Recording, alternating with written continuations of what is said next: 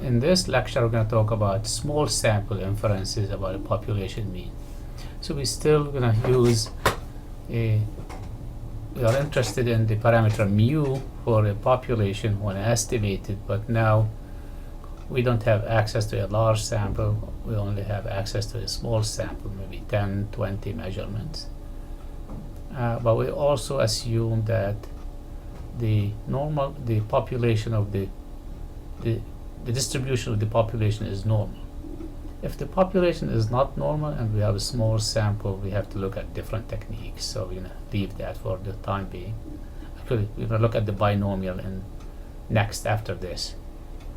But now, because let's look at the t distribution. If we have a small sample and our population is normal, if we take x bar, we subtract its mean, divide by its standard error, that's equal to z. That is the z distribution. We knew that.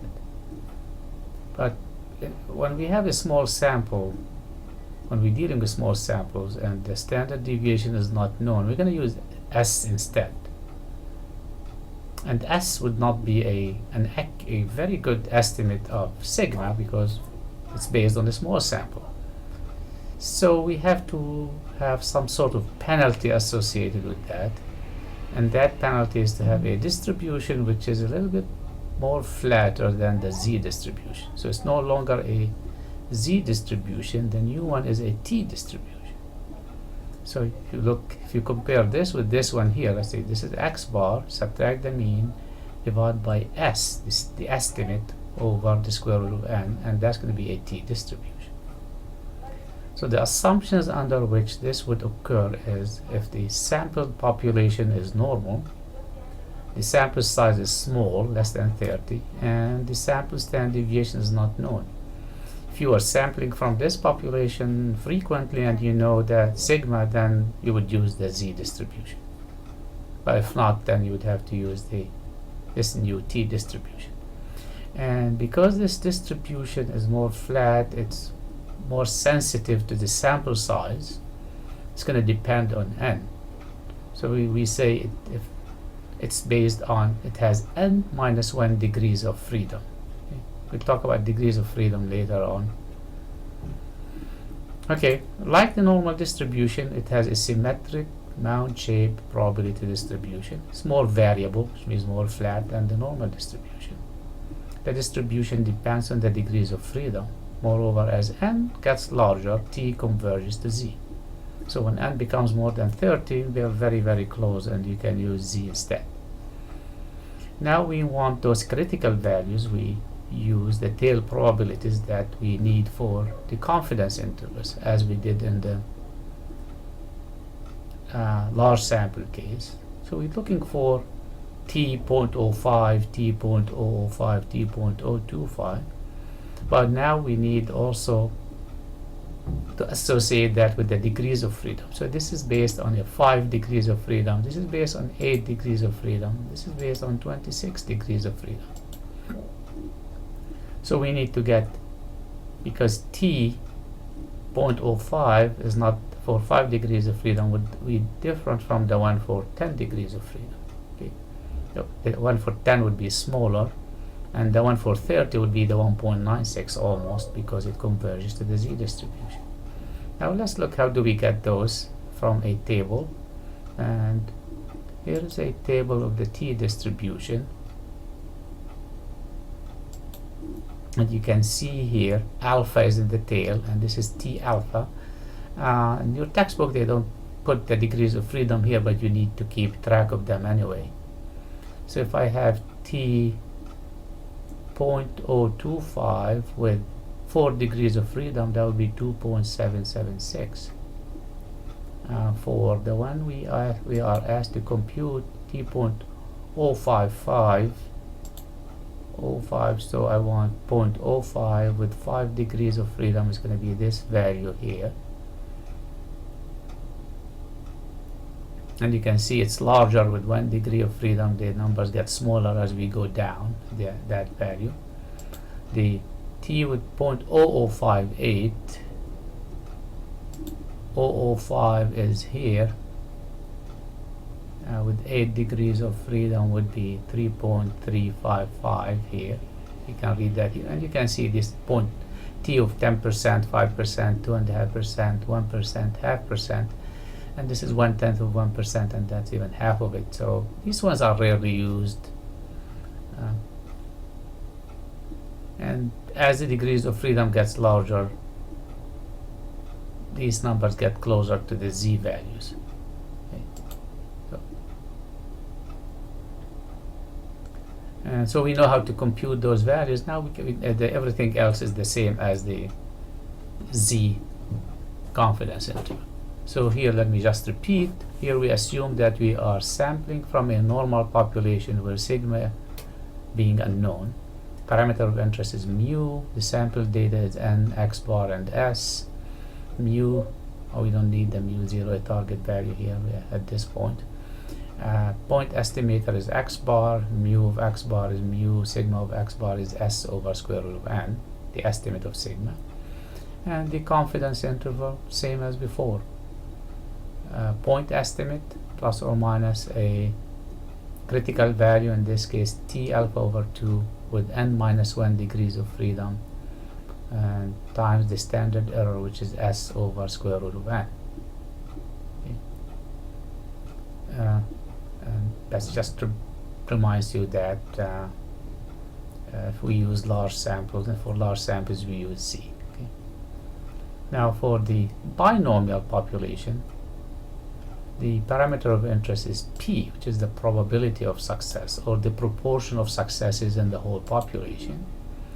The data we collect is how many trials we have, how many, say, times we check to calculate n, and then we x is the number of, each time we do that, x is the number of successes. Okay. P hat is the proportion of successes in the sample. Alpha is the probability of making an error. Point estimator is p hat. Its mean is mu, as we saw in the sampling distribution chapter. That's its standard deviation, which is good. So it's unbiased minimum variance. The confidence interval for p is going to be this. Again, the point estimate p hat plus or minus. Now we're dealing with large sample here. Okay, z alpha over 2 times the standard error of p hat, which is pq over n. But since p and q are unknown, we replace them with p hat q hat over n. And of course, the margin of error is just this part of the confidence, half the confidence interval. So the assumptions here, the sample is random and we have a large sample. And remember, for binomial case, large sample means NP and NQ should be greater than 5. So let me give you a couple of cases. So if I have N equal 30 and P equal 0.5, then NP would be 6 and NQ, which is Q is 0.5, would be 6. So this would be a large sample. But if N equal 100 and P equal 0.01, then my NP would be 100 times 0.01 would be 1. So that's not larger than 5. Of course, NQ would be 99, that's fine. But in this case, I don't have a large sample, while here I have a large sample. So it depends on both N and P to be able to tell whether you have a large sample or not, whether these formulas are valid or not. Okay? Let's do this example. Here we have a random sample of, say, 484 voters in a community produced 257 voters in favor of candidate column A. So what would be the data summary here? N equal 484, X 257. So P hat is X over N, or 0.531. So 53% of the voters in this community favor candidate A. Now, do we have a large sample to use those formulas? The answer is yes. And P, when we replace P by its estimate, P hat and Q hat, we get more than 5. Fine. Now, what's the point estimate and its margin of error? Oh, P hat is 0.53, so the estimate is 0.53 of P. We don't know on the day of election what percentage A will have, but that's an estimate based on the sample we have. And now we calculate the margin of error, Z alpha over 2 square root of P hat Q hat over N. Now, alpha is not given, so we use the default value, 95% confidence or 5% error, but it's alpha over 2. Since we have two-sided interval, that's going to be 0.025. The corresponding Z value is 1.96. P hat is 0.531. Q hat 1 minus P hat would be 0.469. N is 484. And that gives me 4.4 margin of error. So can we say with 5%, with 95% confidence that candidate A is going to win the election? The answer is no, and because if we take 0.53 minus 0.04, that takes us below 50%, and that means P, the proportion in the population of those that favor A, ranges somewhere between 49 and maybe 57. So it's possible to be below 50%. How about with 90% confidence? Can we say candidate A will win? So with 90%, we couldn't because the interval goes a little bit below 50%. What about with 90% confidence? If we lower our confidence, let's compute that. With 90% confidence, we do the same computations, except now that's what differs. Z alpha over 2, alpha is 10%, so alpha over 2 is 5%, and the corresponding value is 1.645. So the margin of error is down to 3.7, but still that gives me an interval which is 0.494 to 568, so a little bit below 40%. Maybe with 80% confidence I can say this candidate will win, or maybe I need a larger sample to be more sure. So what is the width of the interval in question 3? So the width of the interval would be 7.4 percentage points, twice the margin of error. What's the interpretation of this interval? So that means the interval contains P, the probability of winning, or the proportion in the population of those who favor A, with 0.9. Or another interpretation is if we were to repeatedly sample that community over and over again, 90% of the confidence interval we would be able to create would contain P, and 10% P would be outside the interval, so we would miss it. Again, if we increase the sample size, same as before, these things don't change. The confidence interval will go down and the margin of error will go down. Of course, if you increase your sample size, that would be the case. Okay. Sample size. So if I tell you, well, I want my margin of error to be no more than 2%, what sample size should I pick? Then I can use this formula for sample size, which is N equal Z alpha over 2 square, P hat Q hat over B square.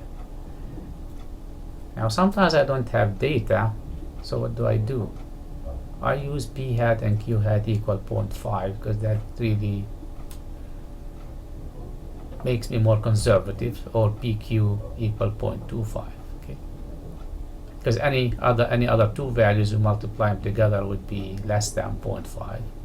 Except 0.5 times 0.5 gives me 0.25, like 0.1 times 0.9 gives you something less than 0.25.